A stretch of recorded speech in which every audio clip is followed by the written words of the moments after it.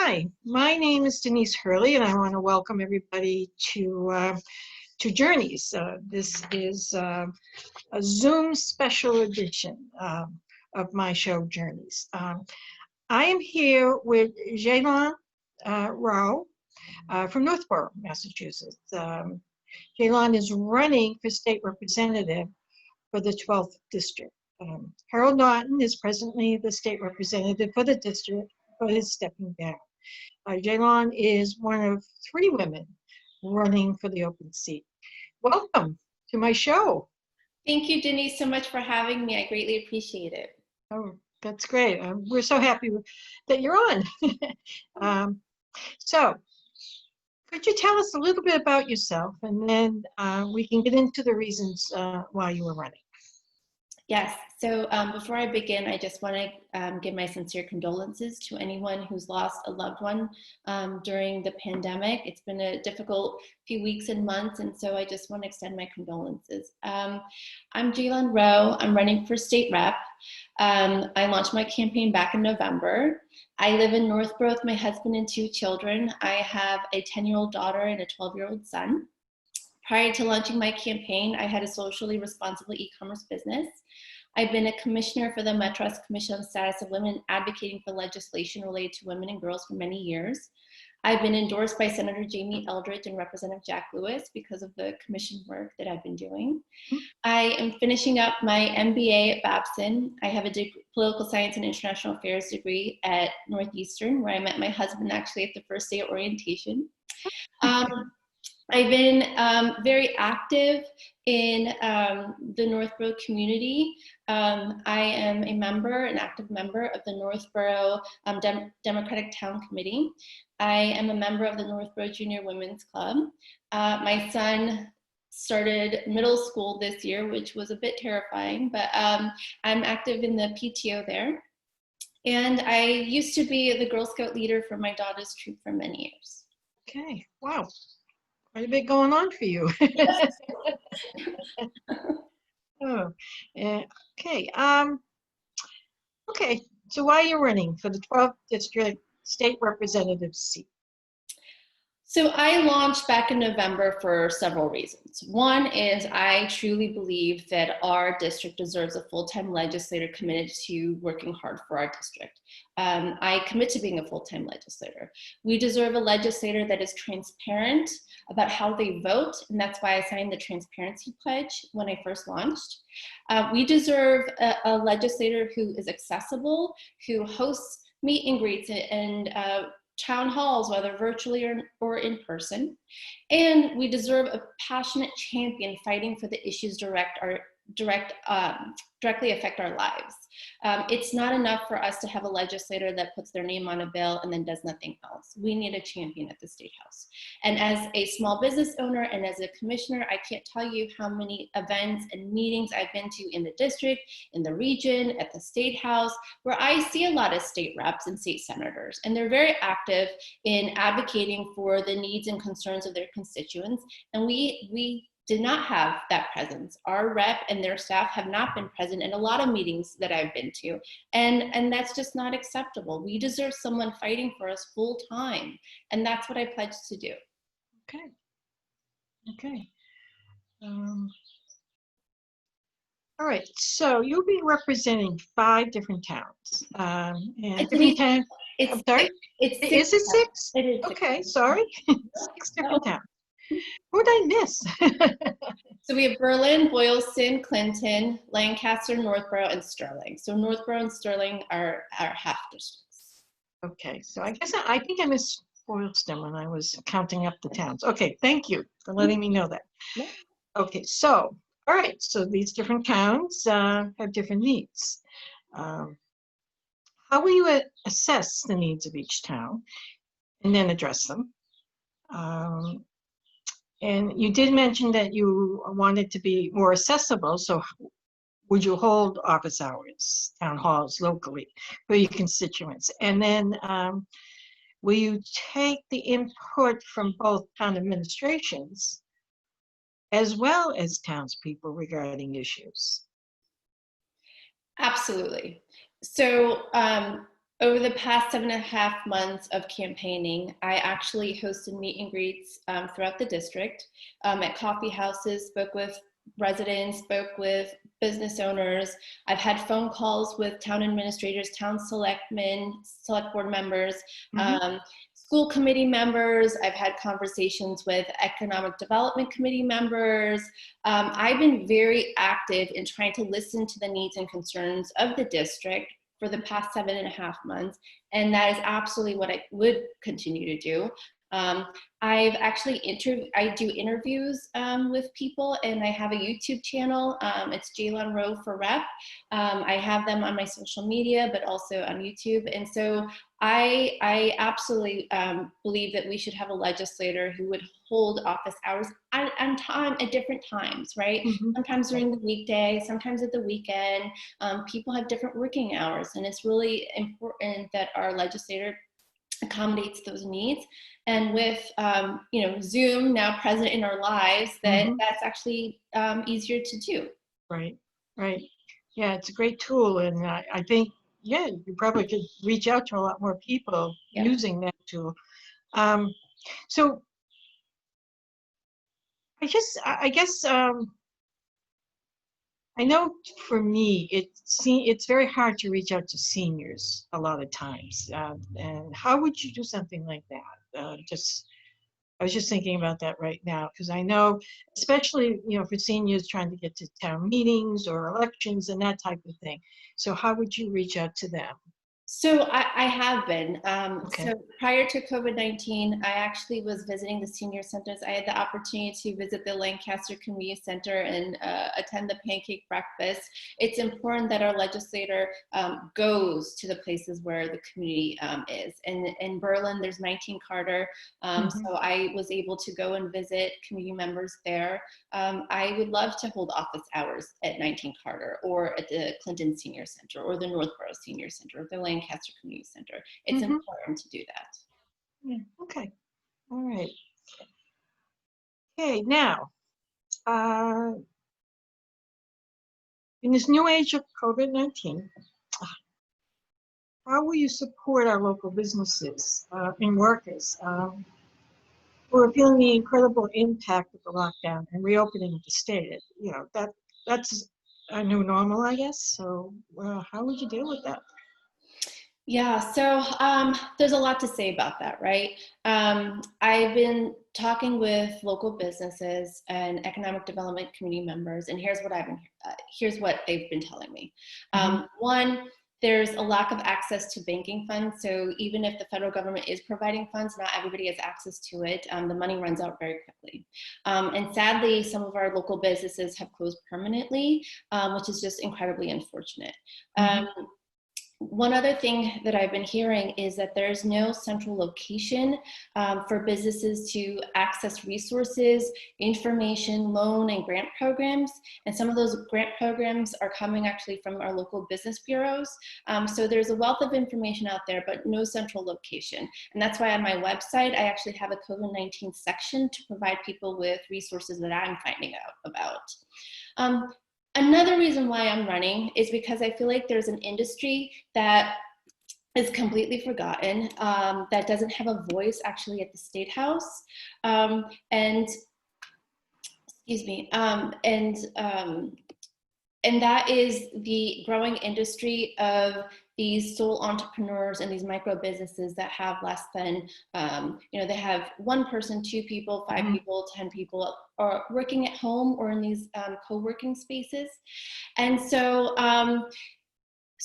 whether individuals start off as a hobby or a side gig, or parents are caring for children or their parents at home, it's a source of income for them. So they don't have a voice. And in Massachusetts, we actually have the highest LLC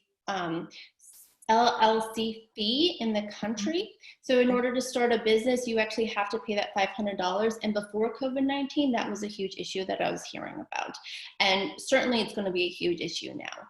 And it would be the legislature right now could put a moratorium on the LLC fees to help the community members so they could build their own economic stability. And we just talked about businesses, but let's also talk about the workers, which are incredibly important.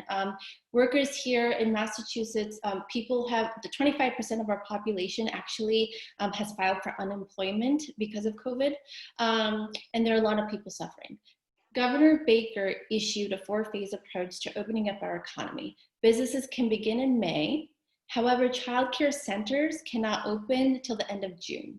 And so when with kids at home and doing online learning, how is this going to work? Many workers were not able to stay home, and some of them, for those returning to work, it's vital that businesses adhere to the social distancing guidelines and provide the necessary PPE equipment for workers to ensure their safety. We have to take care of each other in order to move forward. Right. Right.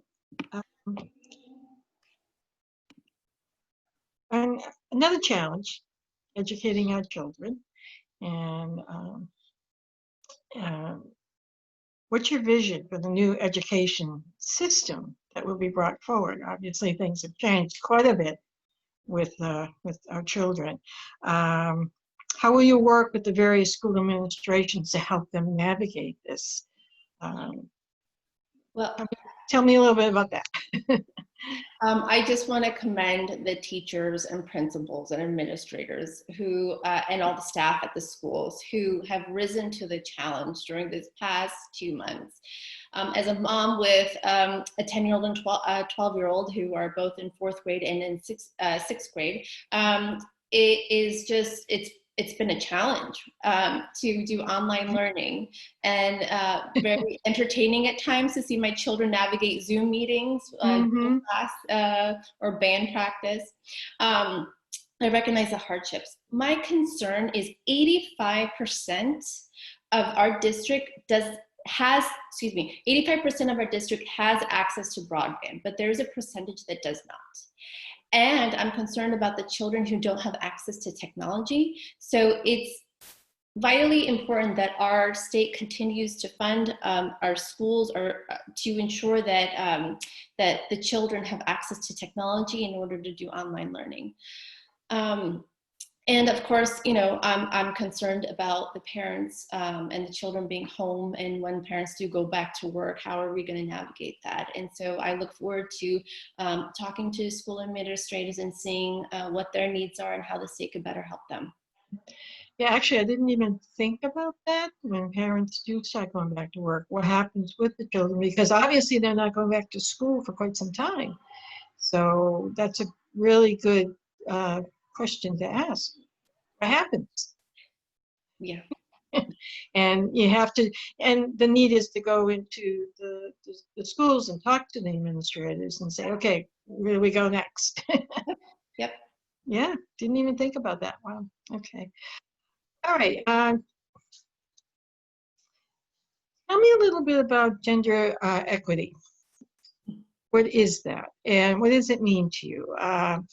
Also, interesting enough, Betsy DeVal just changed the guidelines regarding sexual assault on college campuses.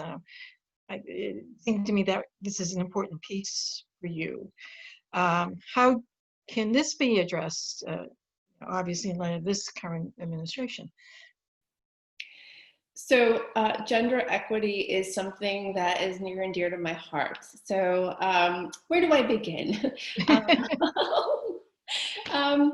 The simplest way to define it for me is equal opportunity for anyone, regardless of their gender. And so we could talk about business. We could talk about gender equity. So when I first graduated college, my first job, I did not get paid equitably. The gentleman who had it before me was getting paid more. It was not because he was more qualified. And I remained silent about that. I did not feel empowered to speak up. I thought I was just supposed to be quiet and be grateful. But I had no idea of what a huge issue it was until, you know, several years later. And then there started being advocacy days at the State House about equal pay. And this was before I was a commissioner. I didn't know anybody. I just started showing up because I was just so angry about it. And I didn't want future generations, future women, other women to go through what I went through. And so when we talk about gender equity, it's not just the women's issues, it's also family issues. So if women aren't being paid equitable, then they're bringing less money home. They're bringing less money to pay for food. They're bringing less money to pay for childcare, for the monthly expenses, for retirement. This is not okay. We don't benefit in our society when this happens. And then we could talk about starting a business. So I'm curious, actually, with all the funds and the grants that are being provided to businesses that do have access to that funds, how many of them are actually women-owned businesses? Now we could talk about childcare. Actually, in Massachusetts, there's a bill right now. Right now, you could use campaign funds to rent a tux, but you cannot use campaign funds for childcare. And that's not equitable. That's not fair. It prevents mothers from running for office. Mm-hmm. And so we could talk about a lot of things. And in Massachusetts, actually, regarding Betsy DeVos, the Secretary of Education, and her new guidelines is just horrifying. 1 out of 5 freshmen women are sexually assaulted. And these are those who report it. And we believe that the number is actually higher. So what's going to happen after these guidelines? And what message does this send to our daughters? What message is this sending to our sons? I'm just really, really, really nervous, really terrified, horrified. I'm proud to say that my commission actually is going to be hosting an event regarding this topic and what we could do, because doing nothing is not an option. And then I actually started my journey to activism and women's rights back in high school, when I found out that 1 out of 4 women in the United States will be or have been in an abusive relationship, physically, emotionally, and I was horrified. And I'm like, how can this be happening in the United States? And I'm really sad to say that 20 years later, that statistic has not changed. And so when we talk about electing people, are we electing people who just slap that name on, their website or their marketing materials? Or I think it's important that we have a champion fighting for these issues, saying enough is enough. We have to do better as a society. Domestic violence impacts our economy by $6 billion a year in the United States, $6 billion, because we're not addressing this problem. So people, survivors of abuse are too scared to go to work or unable to go to work because they're hospitalized. We can't keep ignoring these problems. All people should have opportunities regardless of their gender. Okay. All right.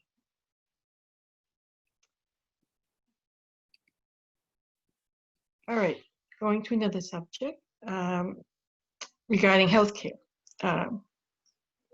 Here in Massachusetts, we're pretty lucky fortunate to have a progressive healthcare system. What more can you do to strengthen it for all of us, especially seniors and the veterans and other vulnerable population? So those in Massachusetts and a lot of people outside of Massachusetts tend to think that we're super progressive, right? We have women's rights, we have great education, we have great healthcare system. While we do, I would argue it's not good enough. We do, a lot of people, the majority of people in Massachusetts have healthcare, but they're still paying monthly expenses for copays. And I've talked to members of our community who pay hundreds, if not thousands of dollars every month because of copays. People are drowning in medical debt. In the United States, 500,000 people go bankrupt, have medical bankruptcy. And that's just unacceptable. It's really not. And we don't have to live this way. When you look at other countries in the world, they don't have these types of problems. And it's just heartbreaking because people deserve better. And that's why I'm in favor of better, a better healthcare system for us in Massachusetts. Okay.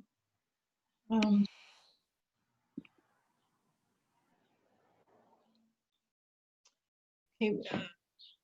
What are your ideas to address climate change? Well, Denise, I would argue that ideas are not enough, that we have to take action. Mm-hmm. But would it be nice that if we responded to the climate impact, the climate, wouldn't it be nice if we took seriously, excuse me, I'm sorry, Take your time. It's okay. um, we have done a lot. Obviously, we need to do a lot with COVID-19. Our response has been quick. It's been, well, I don't know if it's been quick enough, but we've responded to it. Wouldn't it be nice if we responded to climate change the same way? Action speaks louder than words. I'm someone who has an electric car. I have solar panels on my home, and I've been throughout the district, and people tell me, oh yes, I would love to get solar panels. I would love an electric car. It's just not affordable and accessible to everybody, and we need to change that. We also need to add more charging stations throughout the Commonwealth. And reduce our use of plastic waste. I actually interviewed some high school students who were some community members instrumental to passing the plastic bag ban in Northboro. And we need to do more reducing our greenhouse gas emissions, and we need to take bold action. I wanted to go back to healthcare. I just, what would you do? I mean, how would you change it? Is there any specifics that you have in changing our healthcare? Medicare for all, that type of thing? Or, how do you change the co-pays? You mentioned how much people are paying out of pocket. What do we do? Yes, I am in favor of Medicare for all. I know Okay. that's a buzzword and a hot topic for people, but I have done a lot of due diligence. Senator Jamie Eldridge has been a mentor, and he's endorsed me, and he's been really instrumental in being vocal about this. And the more doctors I talk to, the more parents and community members and seniors that I talk to, really, we have to change this. We really have to have a system that works better. I actually have family that live overseas, and one of my friends, unfortunately, their child had cancer, and it cost them nothing for their child to get the necessary medicine and medicine to help her. And I'm happy to say that she's cancer free right now. But in the United States, I called Boston Children's Hospital, and it would cost $1 million to care for your child if you don't have health insurance, if your child had cancer. We can't continue to live this way. We can't. We don't have to. And I look forward to working with different legislators, working with Senator Eldridge, working with healthcare professionals to really come up with a system that works for everyone. And we can't have people go bankrupt. It's just not fair. All right. Okay. Our criminal justice system. How would you tackle that? What would you do differently? So with my commission, we have been addressing this. As a commissioner, we actually visited the state women's prison with Senate President Karen Spilka, Representative Jack Lewis, and other legislators. And our current rep was not present, nor was his staff. And we went there, and here's a few takeaways that I had and concerns that I had. Is they have training certificate program. So the idea is that you learn a trade and then you leave, and then hopefully you get a job. One of the certificate programs is cosmetology. And I've talked to women who were formerly incarcerated, and they said that they're not getting jobs with cosmetology because people don't want to hire someone who was formerly incarcerated and give them scissors and to interact with the general public with that. Really? So then the question is, why are they having this program then? Mm-hmm. Another concern I had was, Massachusetts has great higher education. We have great community colleges, state colleges, private colleges. There was only one college that actually had classes for those who are incarcerated. I would argue that we need more. The majority of people who go to prison actually leave. I believe the percentage is 10% or less are there for their lifetime. And so if people are going to integrate back into the community, we should provide them with the necessary tools for them to succeed. Another concern that I had was when somebody is released, they literally are dropped outside with $50, and then they're on their own to figure out a way to go home if they have a home, or to go somewhere. They have to figure out their own transportation, their own housing. And oftentimes people go back to situations that got them there in the first place. So maybe home isn't a safe place for them. And so my concern is what can we do better to reduce the recidivism rate, to help these people succeed? There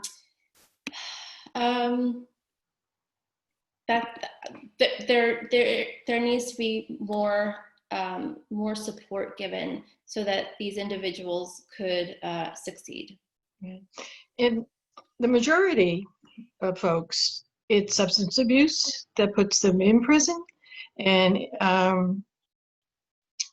so how are your feelings about programming for those folks? I mean, trying to help them before they even get to that point. I mean, more recovery homes, more programming, that type of thing. Yes. And I've talked to our police officers throughout the district. They've actually joined me on these meet and greets. They're at the coffee shops, and we had great discussions about this. And they don't want to arrest people who with opioid addiction. I mean, it's just it's growing, and they don't want to arrest these people. And these people need help, right? And so we absolutely need to invest more. Okay, all right.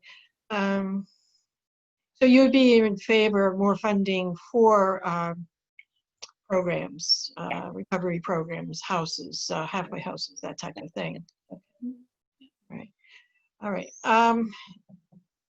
Now,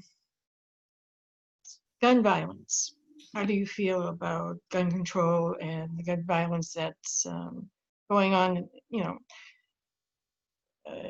in this country? What can we do? So as a mom, every day when my children went to school, I would always have a moment where I just would hold my breath and just, say a few thoughts and think, I hope that my children and all their friends and the students and the teachers and the principal and the staff, the cafeteria workers, the custodial staff, all have a safe day. I do that every single morning. And we don't have to live like this. It's quite sad that we live like this. I've been interviewing a lot of a few high school and college students, and this is one of the main topics that they talk about, they're passionate about. So in Massachusetts, we have decent common sense laws, but there are some good bills now that would help reduce the gun violence, and I support these bills. But they've been stuck in the Public Safety Committee. One of the bills is to improve gun data reporting and analysis. So we currently collect data on crime guns, but don't do anything with it. So this would help us understand where they're coming from. I also support bills such as prevent illegal trafficking and gun violence, and to regulate bulk firearm purchases. Okay. Now, how do you feel about the buyback programs that I think Boston has been doing every once in a while? Do you think that type of thing is effective? I do think it's effective. I know in Northboro, we've done it too. Oh, okay. How would you address the needs of the LGBTQ, people of color communities in light of the rise of hate crimes? Yeah. As a Muslim American woman, and I was born and raised here, my parents are immigrants, I have received a lot of hate throughout my life. I have been bullied in school. I've had garbage thrown at me. I've had people say awful things to me. So this is my life, unfortunately. When we have government leaders stoking hate, it inevitably grows. There's a strong link between hate speech and actual physical violence, and Massachusetts must stand by our values and reject all types of hate. It's important to elect people who respect the humanity of all of us, and elect people from communities that understand that hate crimes more personally. We have to do better. It's important to have a seat at the table. So in Massachusetts, we actually have never had a Muslim American legislator. And so if elected, I could be the first one. And it's important to give a voice to those who haven't had one, and to give a voice to everybody, and ensure that everybody, everybody feels welcomed in their homes, in their communities. Okay. All right, can you talk about your experience working as a special assistant to the executive director of the Mass Office for Refugees and Immigrants, and how would you continue that work as a state rep?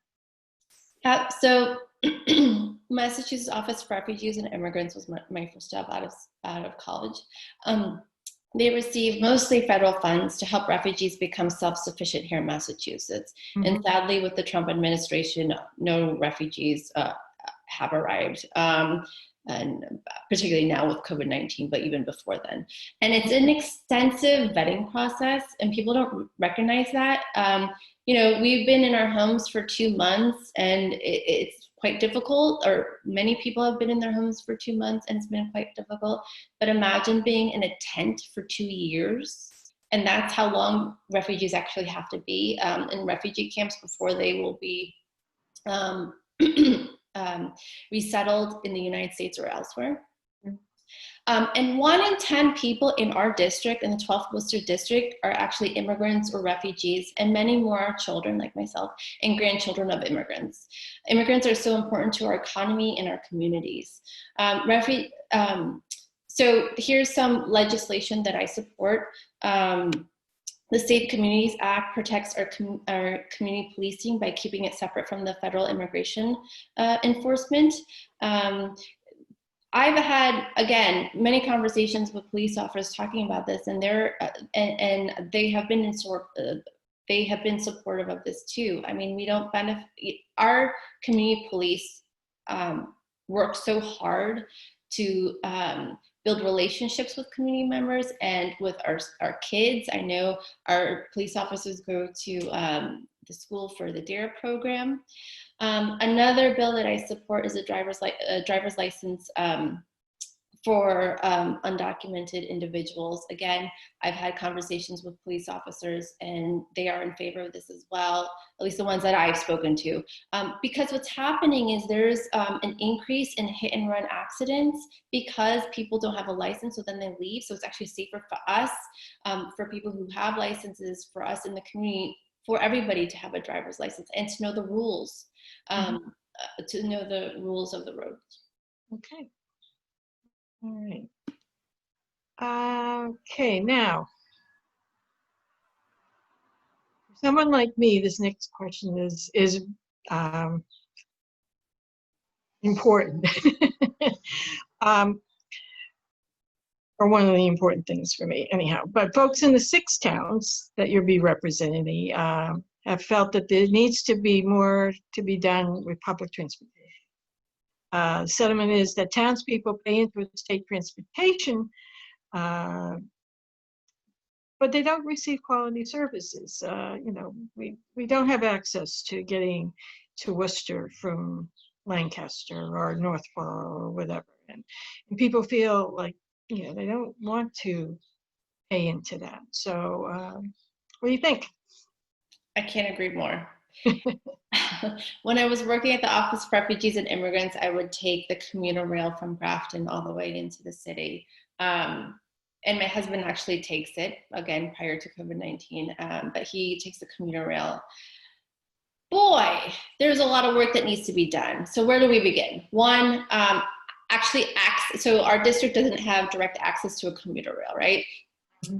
So some towns actually have received not our towns, but other towns who have full-time legislators advocating for them actually got funding for shuttle services. So that is most definitely something that I would be advocating for. Shuttle services to go to get to the commuter rail stations. And then for people who park at the commuter rails, in some of the stops, the one in Westboro, It's $6 a day. $6 a day. I can't tell you how many people I've seen actually walking, and it's not even a walkable area, to get to the commuter rail. And when it's raining or snowing, it's unacceptable. Mhm. And then once you're on the train, you pay so much money, hundreds of dollars a month. It's incredibly expensive, and you're not guaranteed a seat, especially during peak times. It's just not acceptable. I actually took my Girl Scouts a few years ago on the commuter rail into Boston. And for a lot of them, it was their first time on the commuter rail, and they were just disgusted and horrified. I'm like, yes. And they actually said to me, we need to write a letter to the governor. I'm like, yes, we should. And so even children knew that this was not okay. And I can't tell you how many, I love to travel, how many countries I've been to. 10 years ago, 20 years ago, these were less developed countries that did not have metros or commuter rails at all. And now they do. And it's just, it's like beautiful, clean, affordable. And it's like, if they could do that, why can't we do that here? Mhm. Okay. All right. So, is there anything else that you would like us to know about you before we sign off? Well, Denise, I want to thank you again for this opportunity. As I mentioned before, I commit to being a full-time legislator, working hard for our communities, because that's what people deserve. You deserve a public servant truly committed to serving the public. I encourage everyone to check out my website at roweforrep.com. Please check out my social media, see how hard I work. I love working hard. That's what I do. And so I hope that over the next few months, the remaining months, that I prove myself and that I earn your vote on September 1st. Okay. Well, thanks again. Appreciate you being here, and maybe I'll catch up with you at one of your meet and greets when we can start doing that again, hopefully I this would love summer, that. I would love that. All right. Thanks again. And this is Journeys. I'm Denise Hurley. We'll see you again. All right. Thank you. Bye-bye. You're welcome.